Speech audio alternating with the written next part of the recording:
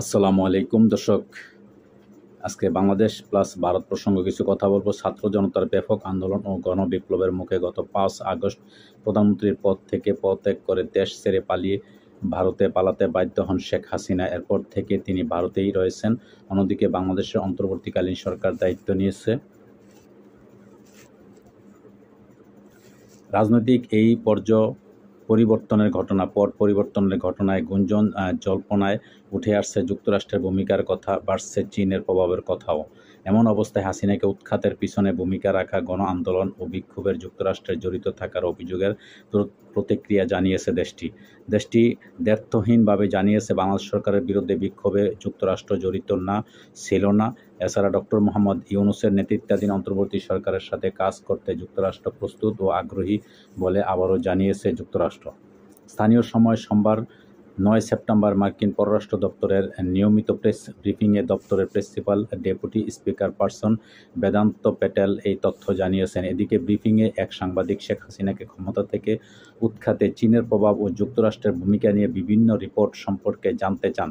তিনি বলেন, বাংলাদেশের অন্তর্বর্তীকালীন সরকার ইতিমধ্যেই ১ মাস পার করেছে। গত ৫ আগস্ট ও তার পূর্ববর্তী সময়ে অস্থিরতার পরে যুক্তরাষ্ট্র কীভাবে ডক্টর ইউনূসের নেতৃত্বাধীন বাংলাদেশ সরকারের সাথে বিশেষ করে গণতান্ত্রিক নির্বাচন আয়োজনে জড়িত হওয়ার পরিকল্পনা করছে। এবং দ্বিতীয় বিষয়টি হচ্ছে বাংলাদেশে সাম্প্রতিক সময়ে হওয়া ছাত্র জনতার বিক্ষোভে চীনা প্রভাবের দাবি করা হয়েছে। যুক্তরাষ্ট্র এই পরিস্থিতিকে কীভাবে মূল্যায়ন করে এবং এই অঞ্চলে কি কোনো কৌশলগত উদ্বেগ আছে বলে মনে করছে কিনা। জবাবে মার্কিন পররাষ্ট্র দপ্তরের প্রধান উপমুখপাত্র বেদান্ত প্যাটেল বলেন, দেখুন, আমরা বাংলাদেশের পরিস্থিতি নিবিড়ভাবে পর্যবেক্ষণ করছি। আমরা ডক্টর ইউনূসের নেতৃত্বাধীন অন্তর্বর্তী সরকারের সাথে কাজ করার জন্য প্রস্তুত এবং আগ্রহী, কারণ এই সরকার বাংলাদেশের জনগণের জন্য গণতান্ত্রিক ভবিষ্যৎ নির্ধারণ করতে চলছে। এর বাইরে আমি আর কিছু বলতে চাচ্ছি না। হাসিনাকে উৎখাতে যুক্তরাষ্ট্রের কোনো ভূমিকা নেই হোয়াইট হাউস।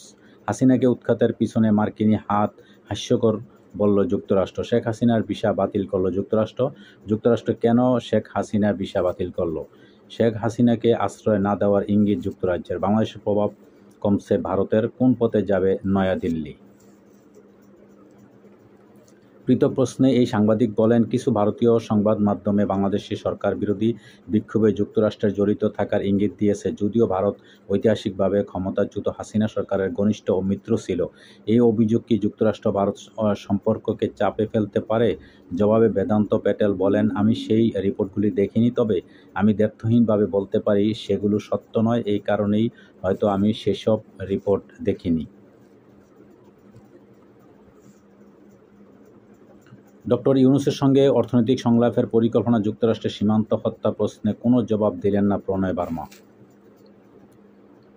পেট্রোবাংলায় হামলা, তিতাস গ্যাস কর্মীদের অভিযোগ, ভারতীয় মন্ত্রী, ভারতকে বাংলাদেশের পরিণত করার ষড়যন্ত্র চলছে। দর্শক, আপনারা জানেন যে ভারতের দীর্ঘদিন যাবৎ তারা আমাদের সাথে বিরূপ আচরণ করা শুরু করে দিয়েছে বা আচরণ করছে তারা। এর মধ্যে গত ৫ তারিখে আমাদের রেজিম সরকার শেখ হাসিনা পদত্যাগ করার পর থেকে দেশ ছেড়ে ভারতে যাওয়ার পর থেকে একে একে কয়েকটা ঘটনা তারা করে ফেলেছে অলরেডি। তো সেই ঘটনার প্রেক্ষিতে আমরা বুঝতে পারি যে ভারত আমাদের চরম শত্রু। কিন্তু তারা গত পরশুদিনকে ভারতের এক মন্ত্রী তিনি বলেছিলেন, রজনাথ সিং, তিনি বলেছেন সেনাবাহিনীকে প্রস্তুত থাকার জন্য হয়তো বাংলাদেশের সাথে যুদ্ধ হতে পারে, এরকম একটা আভাস দিয়েছিল। কিন্তু আল্লাহর কি নির্মম পরিহাস, আজকে দেখেন ভারতেই শুরু হয়ে গেছে যুদ্ধ।